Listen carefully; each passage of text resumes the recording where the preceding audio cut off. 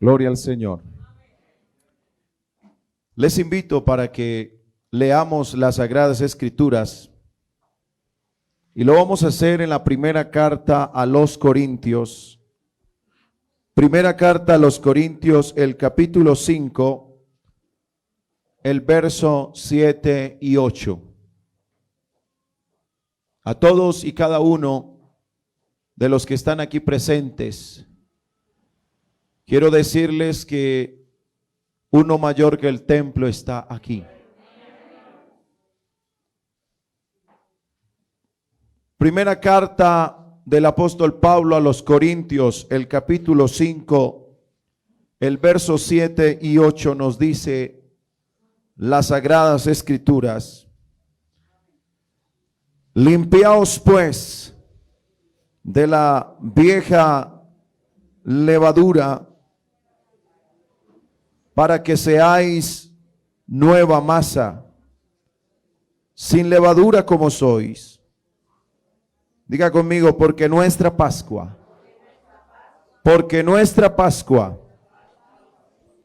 que es Cristo, ya fue sacrificada por nosotros. Así que celebremos la fiesta, no con la vieja levadura, ni con la levadura de malicia y de maldad, sino con panes sin levadura, de sinceridad y de verdad. Quiero que usted diga conmigo: Cristo es nuestra Pascua. Ubíquese, tenga la bondad en el nombre del Señor Jesucristo. Cristo es nuestra Pascua. Él es el Cordero Pascual. Encontramos en la palabra del Señor este texto maravilloso en donde el apóstol Pablo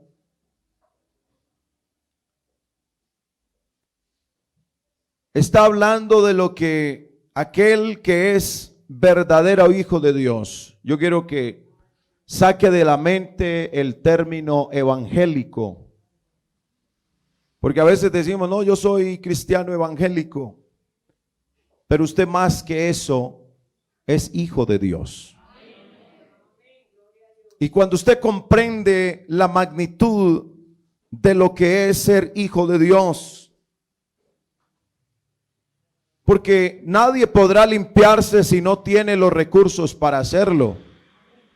Una persona podrá querer asearse, pero si no hay agua, ¿cómo va a limpiar? El hombre en el pecado está contaminado totalmente, pero Jesucristo vino a ser ese Cordero Pascual para que usted y yo podamos ser limpios de todo pecado, porque Cristo es el Cordero que quita el pecado del mundo.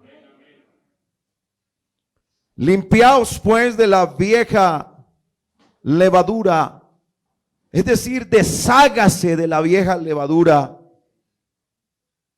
quitando a ese pecado de nosotros, que usted y yo no lo podemos quitar, pero hay una sangre preciosa que sí lo puede hacer.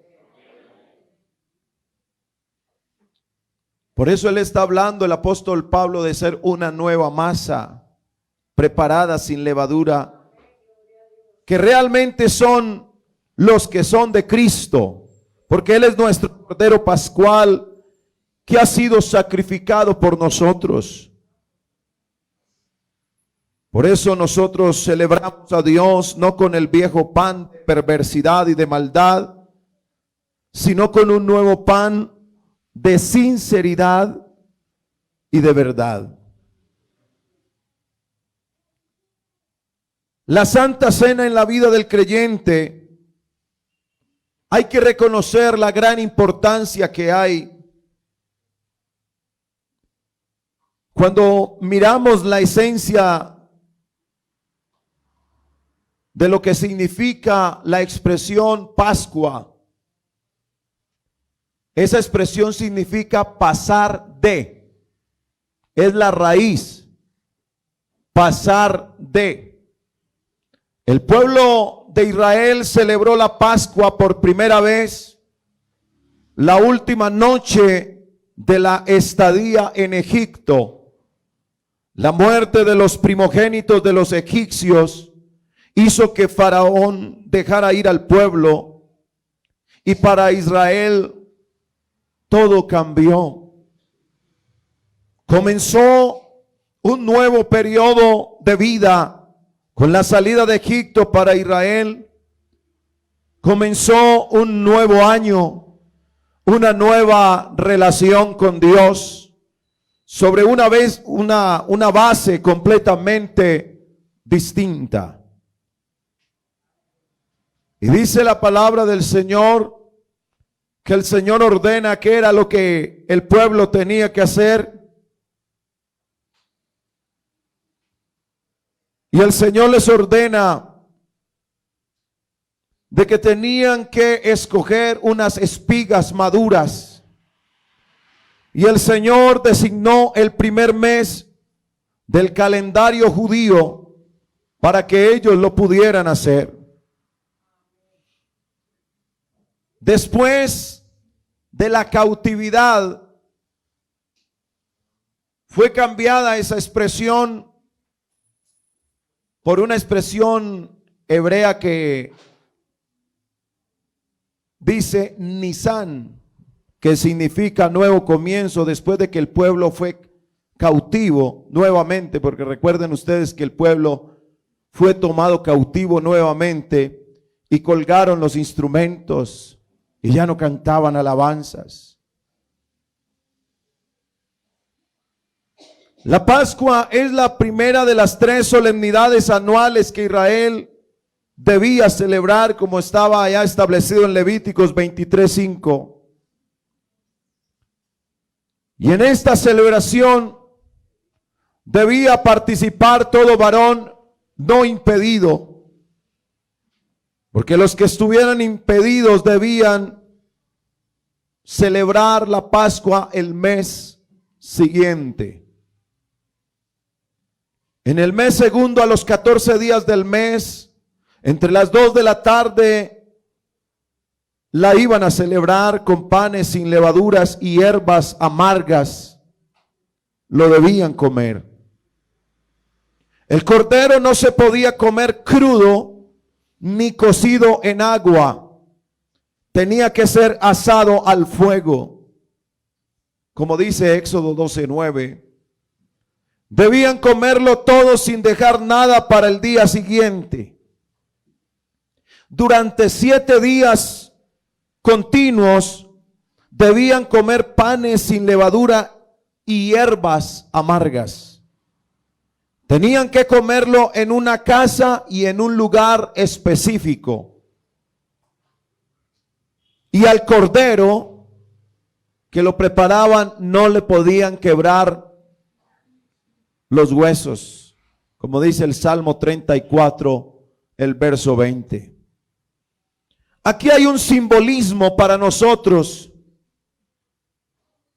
y es que allí, cuando se habla del cordero, al Señor Jesucristo, quien es nuestra Pascua, que ya fue sacrificada por nosotros.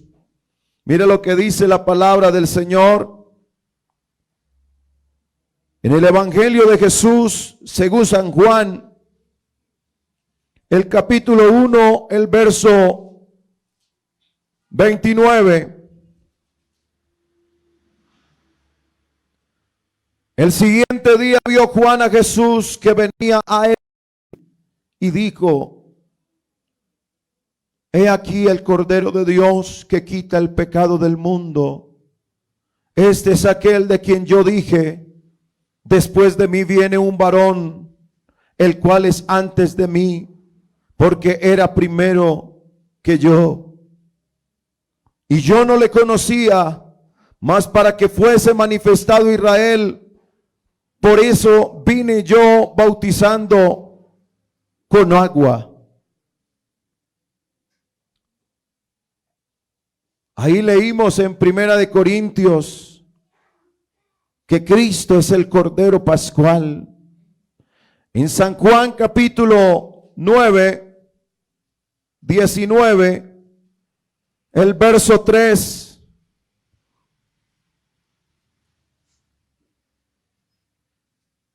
Mire lo que le decían a Jesús, y le decían: salve, Rey de los judíos. Y le daban bofetadas.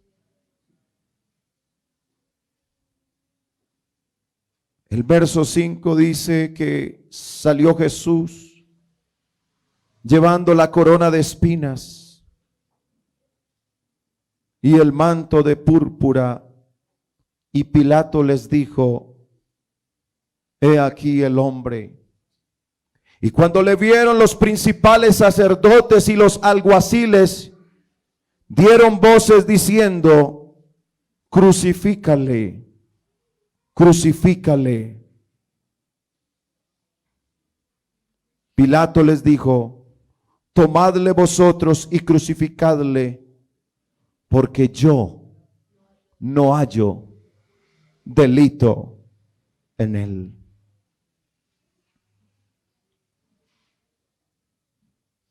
La palabra del Señor muy claramente nos dice que el hombre por el pecado está bajo maldición. Y para nosotros poder ser libres de esa maldición, Él llevó en su cuerpo esa maldición. Él se hizo maldito por nosotros.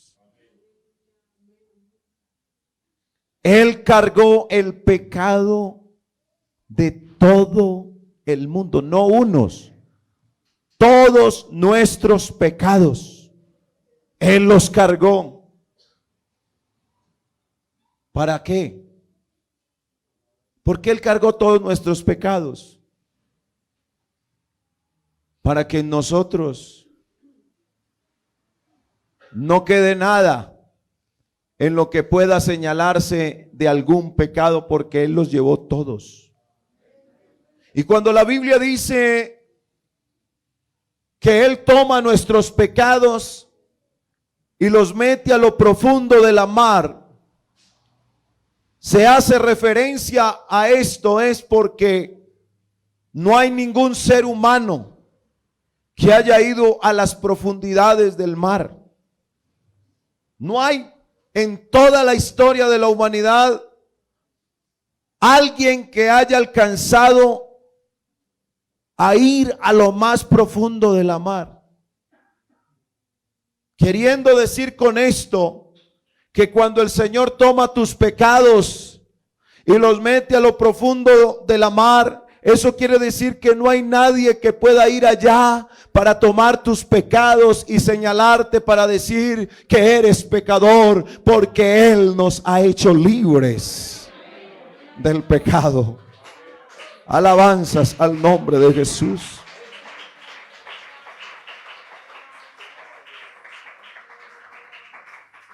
El pan sin levadura hace referencia que Jesucristo en los días de su carne no se halló nada de contaminación de pecado. Jesucristo es el pan de vida.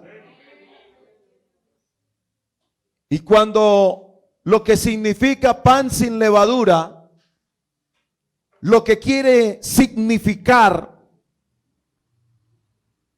es que el Señor Jesucristo es símbolo de pureza. Eso es lo que significa pan sin levadura.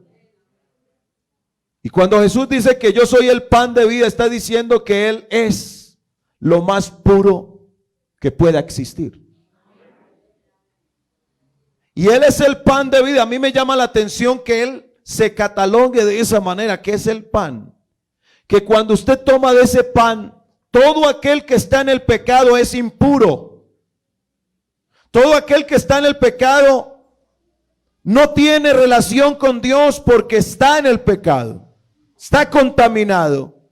Pero el que participa del pan que es Jesucristo, que es el Cordero Pascual, así como Él es puro, podemos nosotros participar de esa purificación. Los seres humanos estamos llenos de imperfecciones, de contaminación, de pecado. Pero cuando la palabra del Señor nos dice que nos limpiemos de toda contaminación, de perversidad, de pecado, y que seamos nueva masa, una masa de sinceridad y de verdad. Usted no puede en ninguna manera señalar, porque hay personas que dicen que son muy sinceras. Yo le canto la verdad al que sea en la cara, pero resulta que la persona no está siendo sincera, sino altanera y hasta grosera. La sinceridad va desde la verdad de lo íntimo del ser, y eso es lo que ama Dios. Dios ama la verdad en lo íntimo. Cuando usted encuentra en la Escritura las hierbas amargas, eso hace relación a los sufrimientos de la esclavitud en Egipto. Y en el Nuevo Testamento la Pascua es llamada el partimiento del pan. Ahora ya no la llamamos Pascua, sino el partimiento del pan o la Santa Cena. La Santa Cena fue instituida por el mismo Señor, y por eso el apóstol Pablo hace referencia en la primera carta, el capítulo 11 de la primera carta a los Corintios, el verso 23, porque yo recibí del Señor lo que también os he enseñado, que el Señor Jesús, la noche que fue entregado, tomó pan. Los discípulos, que luego fueron los apóstoles, lo practicaron.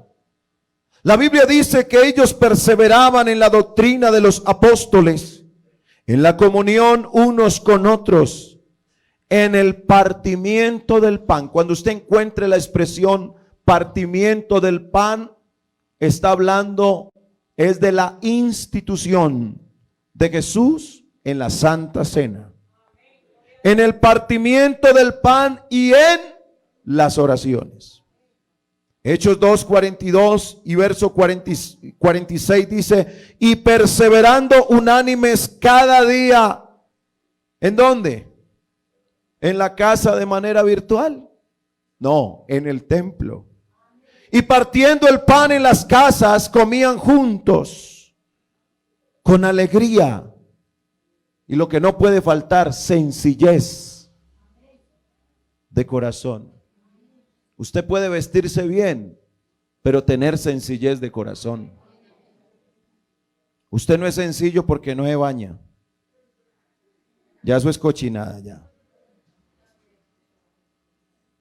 La copa de bendición que bendecimos no es la comunión de la sangre de Cristo.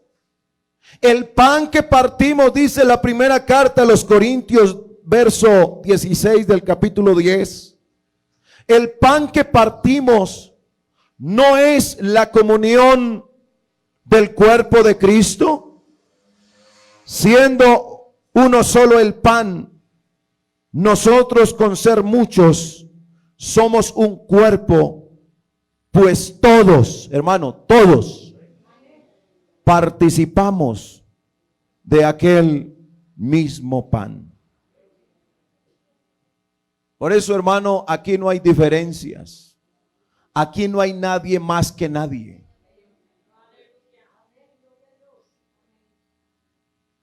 Yo soy un servidor de ustedes. Los pastores somos servidores de la iglesia del Señor. Le servimos a Dios. Somos siervos. Aquí solo hay un solo Señor. Aquí hay un solo Rey, a quien tributamos honra y gloria, y quien es digno de toda adoración, porque Él es digno de ella. En el Nuevo Testamento también hay impedimentos para participar de la Santa Cena. La Biblia dice de manera que cualquiera que comiere este pan o bebiere esta copa del Señor indignamente. La Santa Cena no se puede participar indignamente. Usted no puede tener celos amargos contra alguien y decir que va a participar de la cena del Señor. Usted no puede sentir nada hacia alguien y decir voy a participar de la cena del Señor, porque estás participando indignamente. Cuando usted en la casa no se la lleva bien con su esposo, con su esposa, y usted dice no, me la estoy aguantando solamente, usted no es digno de participar de la cena del Señor, porque no es sincero y no hay verdad en usted. Cuando una persona le sirve al Señor no de manera sincera y de verdad, tampoco puede participar de la cena del Señor. Cuando usted tiene algo contra su hermano, la Biblia dice, deja tu ofrenda en el altar y ve y reconcíliate con tu hermano, y ahora sí ve y presenta tu ofrenda. De manera que cualquiera que comiere este pan o bebiere esta copa del Señor indignamente, será culpado del cuerpo y de la sangre del Señor. Por lo tanto, pruébese cada uno a sí mismo. Pruébese cada uno a sí mismo. ¿Qué es probarse? El salmista lo hizo muy bien cuando expresó: examíname, oh Dios, y ve si hay en mí camino de perversidad y guíame en el camino eterno. Cuando usted y yo no dejamos guiarnos por el Señor, cuando usted y yo no dejamos aconsejarnos, cuando usted y yo no permitimos ser instruidos, es que yo soy así, entonces usted no es nueva masa, usted es una vieja levadura que no sirve para nada. Necesita ser una nueva masa de sinceridad y de verdad. Nuestra mirada tiene que ser de sinceridad. Nuestra vida tiene que ser de verdad. Por tanto, pruébese cada uno a sí mismo. No es que le voy a preguntar al pastor a ver si él me dice si puedo o no participar. Una persona que no está preparada para la Santa Cena es una persona que no está preparada para irse con el Señor.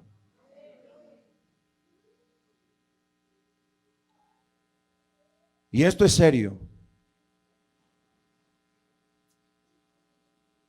Porque la Biblia claramente nos está hablando de cuál es el problema de aquellos que no se prueban a sí mismos. Probarse a sí mismo es examinarse. Y hay personas que dicen, yo soy así y así moriré. Pero vamos a ver qué dice la Escritura acerca de esto. Y dice el apóstol Pablo escribiendo la carta a los Romanos, el capítulo 2, el verso 1. Por lo cual eres inexcusable. ¿Usted sabe qué significa eso? Que nadie tiene excusa delante de Dios. Por lo cual eres inexcusable, oh hombre, quien quiera que seas tú, que juzgas. Pues en lo que juzgas a otro te condenas a ti mismo, porque tú que juzgas haces lo mismo. Mas sabemos que el juicio de Dios es contra quienes. ¿Contra quiénes es el juicio de Dios? Contra los que practican tales cosas. ¿Cuáles cosas está hablando? El de juzgar a los demás.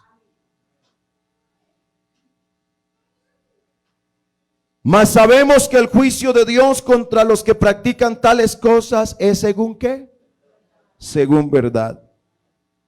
Y piensas esto, oh hombre, tú que juzgas a los que tal hacen y haces lo mismo, que tú escaparás del juicio de Dios, o menosprecias las riquezas de su benignidad, paciencia y longanimidad, ignorando que su benignidad te guía al arrepentimiento.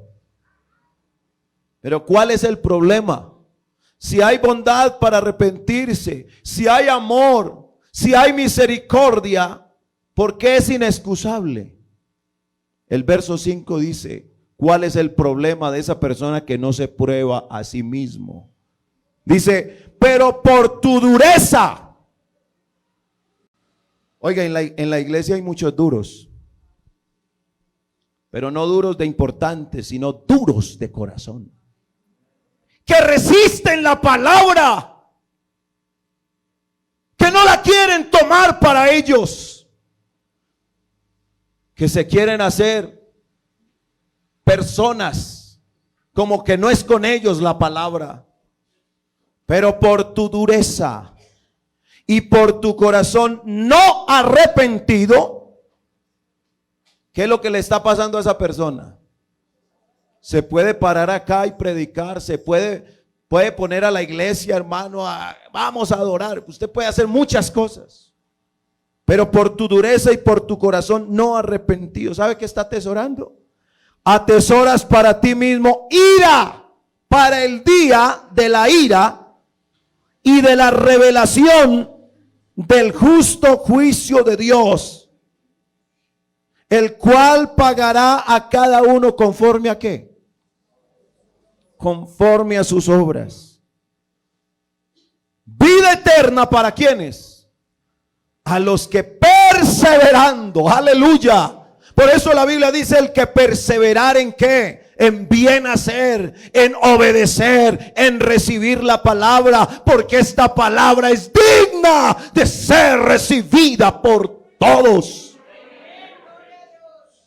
Vida eterna a los que perseverando en bien hacer buscan gloria y honra e inmortalidad. Pero a los duros de la iglesia, ¿usted sabe quiénes son los duros? Los que endurecen su corazón, los que no están arrepentidos. Les espera lo que dice el verso 8, pero ira y enojo a los que son como. ¿Usted sabe qué es ser contencioso? Contencioso es contener, es pleitear, es poner problema. Es cuando la palabra le dice es así, pero él dice así no es. Contiende con la palabra. Y esos que contienden con la palabra, hermanos, se estrellan duro. Pero ira y enojo a los que son contenciosos y no obedecen a la verdad, sino que obedecen a la injusticia. Y mire, hermano, ¿qué le va a pasar a aquellos que no fueron sinceros y que no se halló verdad en sus vidas? Pueden salir del culto y decir que siguen en culto y decir que son cristianos y decir yo voy a la iglesia, yo diezmo, yo ofrendo, yo oro y bueno, tantas cosas que usted puede decir que hace. Pero mire lo que le va a pasar a aquellos que no fueron de corazón humilde, sino que endurecieron el corazón, endurecieron su cerviz. El verso 16 dice: en el día en que Dios juzgará por Jesucristo los secretos de los hombres conforme a mi evangelio. Ese día se sabrá si ese pastor sí fue fiel. Ese día se sabrá si ese que decía ser un adorador lo era. Si ese que decía ser cristiano lo era, porque se van a revelar los secretos de los hombres. ¿Sabe qué prefiero yo? Bajar la cabeza. humillarme ante Dios y decirle: Señor, ¿qué me aprovecha a mí de endurecer mi corazón, de endurecer mi mente a tu palabra para no reconocer los hechos en los que yo me veo comprometido, que no estoy siendo bien? ¿Por qué no vamos a bajar la cabeza? ¿Por qué no vamos a reconocer que fallamos? ¿Por qué no vamos siempre a dejar mandar del orgullo y de las pasiones con las cuales combatimos todos los días? ¿Por qué no vamos a dejar ganar de todo esto si tenemos a este Dios que nos mira con amor, que su mano está extendida no para señalarnos, sino para decirnos: ven que yo te quiero ayudar? ¿Por qué no ser, hermano, hijos obedientes al Señor? Recibir la palabra con agrado y decirle: Señor, ya no quiero ser esa vieja masa, yo quiero ser una nueva masa en manos de este Dios tan bueno, que sabe hacer las cosas bien hechas. ¿Quieres tú honrar a Dios? Nosotros tenemos que saber que en esta hora estamos en la presencia del Señor y Él lo sabe todo. Él lo conoce todo de nosotros. Él sabe cuáles han sido tus intenciones, cuáles han sido tus pensamientos, cuáles han sido tus actitudes. Es más, en esta hora el Señor de este lugar ya sabe a quiénes se va a llevar. Y yo quiero estar en ese número. Yo no sé si usted lo quiere hacer.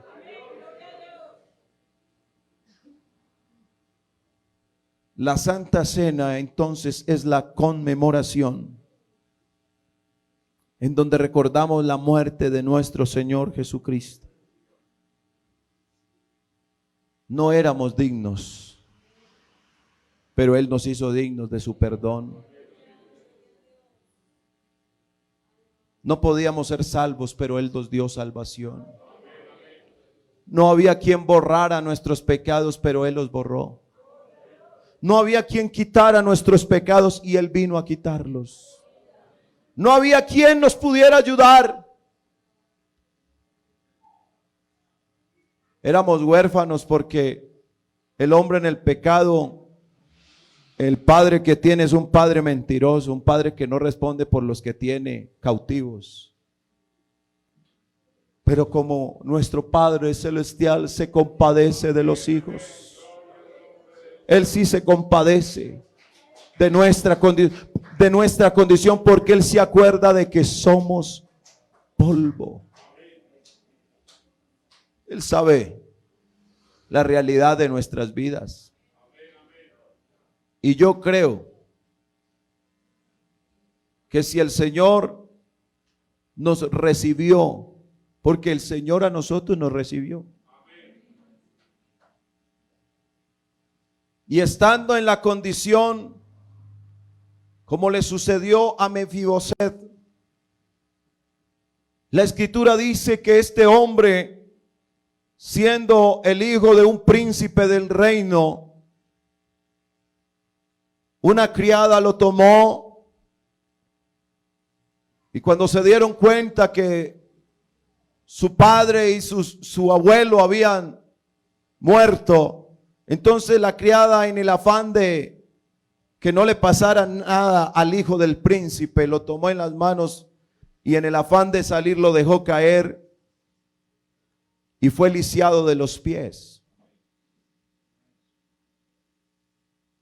Y llegó un momento en que el rey David dijo una pregunta a sus servidores: ¿habrá alguien de la casa del rey Saúl a quien yo haga misericordia?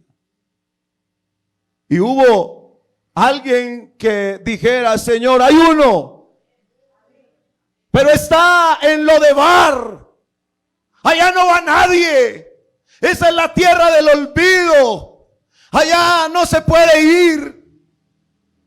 En esa tierra del olvido vivía Mefiboset. Y dijo el rey: vaya, tráiganlo, aunque esté en esa tierra de olvido, en esa tierra que nadie quiere vivir allá.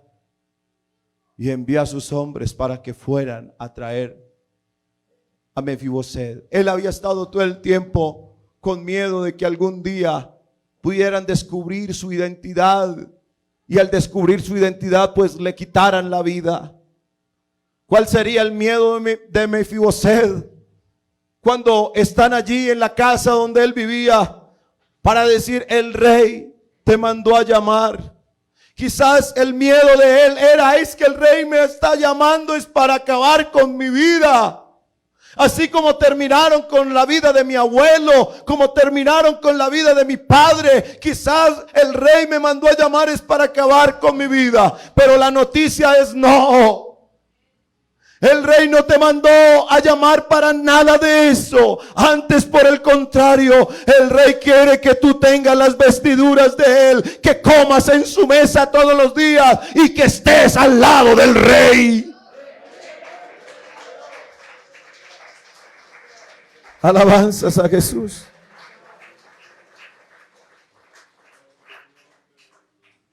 El pecado es miserable. El pecado es lo más perverso que hay. Y el Lodebar, en el muladar, en el lugar de las basuras, ese era el lugar donde usted y yo habitábamos. Nada limpio había para nosotros, pues todo era basura. Pero este rey miró desde su trono de gloria y se acordó de la tierra del olvido, donde nadie se acordaba de nosotros. Él sí se acordó de nosotros. Y cuando nadie daba nada por nosotros, cuando no había nada para nosotros, no éramos dignos de nada, estábamos sin Dios en el mundo, Él dice desde sus santos cielos, no que iba a mandar a otro, Él dijo: yo mismo iré. Porque Él miró desde los cielos a ver quién nos podía ayudar y no encontró a nadie. Pero Él dijo: como no veo a nadie, yo mismo iré y lo salvaré. E hizo el milagro más grande, el milagro más impactante, que Él, siendo el Rey de la Gloria, se hizo siervo. El Dios que es invisible, el Dios que es eterno, se vistió de carne y vino y habitó entre nosotros y vimos su gloria, gloria como del unigénito del Padre, lleno de gracia y de verdad.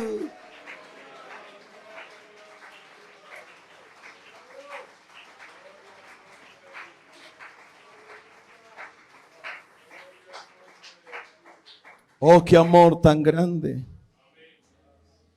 Siendo padre, vino en condición de hijo. Y Él se sometió en esa humanidad, en esa función como hijo. Se sometió.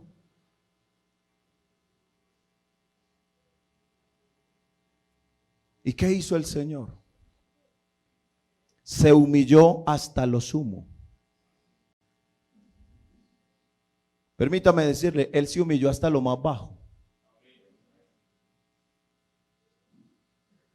Y la palabra del Señor dice que Él bajó hasta las profundidades. Porque es que ahí estamos nosotros. Estamos hundidos por el pecado, estamos hundidos en la profundidad. Pero podemos decir que hasta allá bajó el Señor. De un trono lleno de gloria, bajó a habitar en un vientre de una humilde mujer. para él poder nacer. Y no contento con eso, bajó aún más, porque habitando en un lugar lleno de gloria, vino a nacer en una pesebrera maloliente, pudiendo tener la clínica, los médicos, las enfermeras, para darle la mejor atención, porque es que estaba viniendo a la tierra el Rey del universo. Y yo sé si hay alguien con conocimientos médicos, pudiera decir, yo me hubiera ofrecido para ayudar al parto, porque es que venía el Rey del universo, pero no hubo clínica, no hubo junta médica, no hubo un grupo especializado en salud que pudieran atender el parto de aquella mujer humilde. Pero él bajó a lo más bajo. Y no contento con esto, porque él no se quedó niño. Él creció. Y cuando fue adulto, la Escritura dice que había un derroche de amor en Jesús. En algún momento le traen una mujer sorprendida en el acto mismo de adulterio. Y aquella mujer se vio perdida. Pero en Jesús no se halló un señalamiento para esta mujer que era culpable. Pero Jesús, apelando a las conciencias de aquellas personas, dice las Sagradas Escrituras que los que le iban a tirar piedra salieron de allí. Y ella pensando, pues si ellos no lo hicieron, él sí tiene poder para castigarme. Él me puede condenar. Pero Jesús le dijo a esta mujer, mujer, ¿dónde estaban los que te acusaban? Se han ido, Señor. Yo no creo que ella estaba, hermano, tranquila. Ella estaba seguro temblando. Oh, ahora Jesús me va a condenar. Ahora Jesús, ¿quién sabe qué va a hacer conmigo? ¿Qué decisión va a tomar? Y Jesús, con esa misericordia y ese amor que se caracteriza en él, le dijo, ni yo te condeno. Vete y no peques más.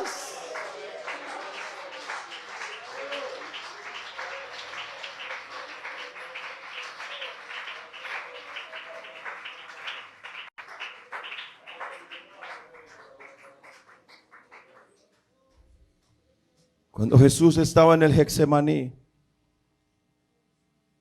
la Biblia dice que en ese momento de angustia, Él está hablando como hombre, porque era el Cordero que se iba a ofrecer por nuestros pecados. Y allí como hombre, Él sabe lo que viene para Él, que es la muerte. Y por eso es que Él dice, pasa de mí esta copa. Esa copa es la que no nos queremos tomar en momentos y pasajes de nuestra vida. Pero esa copa la tenemos que participar nosotros. Porque usted al participar de la copa del Señor está participando de sufrimientos. Todos queremos victoria en nuestra vida, pero no hay victoria sin sufrimiento. No hay victoria sin lucha. La victoria es el resultado de un camino de sufrimiento y de lucha. La victoria es el resultado de un camino de sufrimientos y de lucha. Y es imposible que no vengan los tropiezos. Todos los tenemos que vivir. Todos tenemos que vivir momentos de angustia. Pero dice el Señor, confiad, yo he vencido al mundo. Y si Cristo venció, nosotros también venceremos. Aleluya. Alabanzas a Jesús. Jesús en el Getsemaní dijo: pasa de mí esta copa sin que yo la beba. Pero luego Él expresa: pero que no se haga lo que yo quiera. El Señor tiene su santa voluntad para aquellos que quieran hacer su voluntad. Por eso el salmista, entendiendo la voluntad del Señor, dice: el hacer tu voluntad, Dios mío. No sé para cuántos sea un agrado hacer la voluntad de Dios. Hay veces que es difícil, pero hermano, eso es agradable ante los ojos de Dios. Y yo no sé si aquí haya alguien que quiera hacer la voluntad del Señor.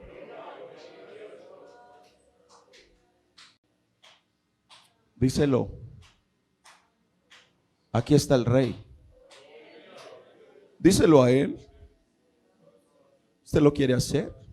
¿Usted quiere hacer la voluntad de Él? ¿Usted quiere vivir para agradarlo a Él? No agradarse a usted mismo, ni agradar su carne, ni agradar a la gente que está a favor suyo. No. Aquí hacemos lo que le agrada a Dios, aunque a los demás no les guste. Nosotros hacemos, es la voluntad de Dios.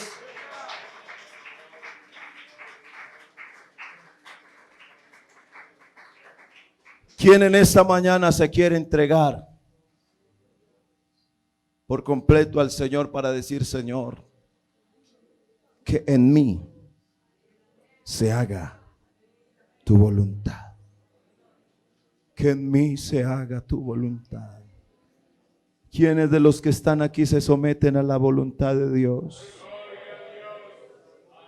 ¿Quiénes en esta hora, aunque les duela: Señor, esta palabra hasta me duele, pero ¿sabes qué, Señor? Yo no quiero hacer mi voluntad.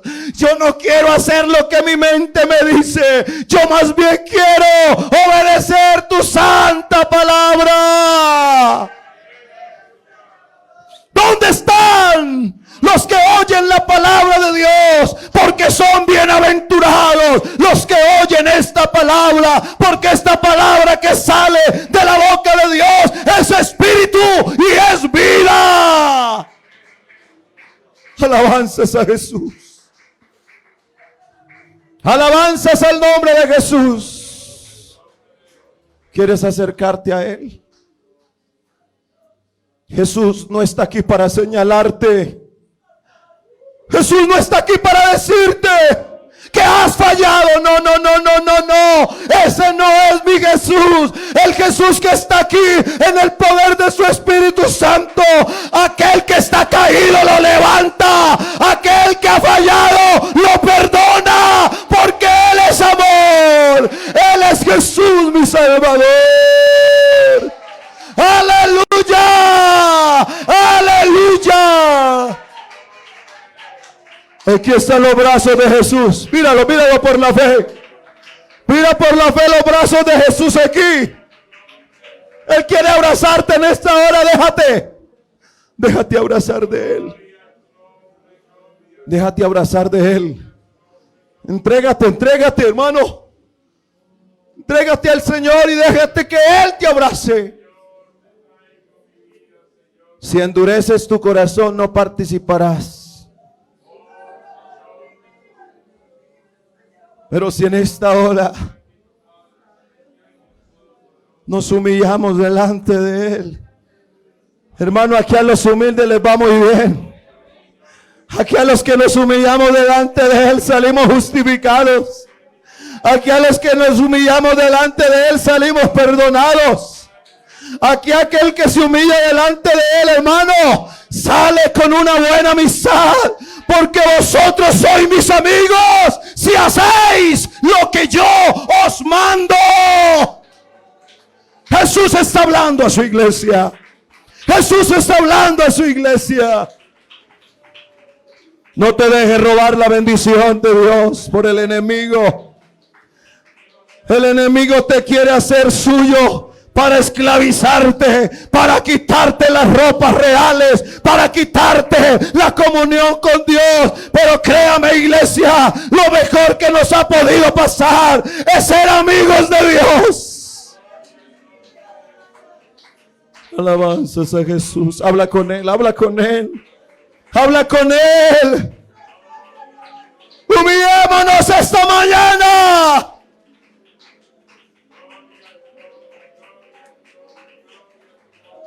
Hay oportuno socorro en este lugar. Hay oportuno socorro de parte de Dios. La paciencia de Dios es para que hayan quienes se puedan arrepentir. No endurezcas tu corazón como lo hizo Israel en el desierto. Oh, alabanzas a Jesús. Oh, alabanzas a Jesús.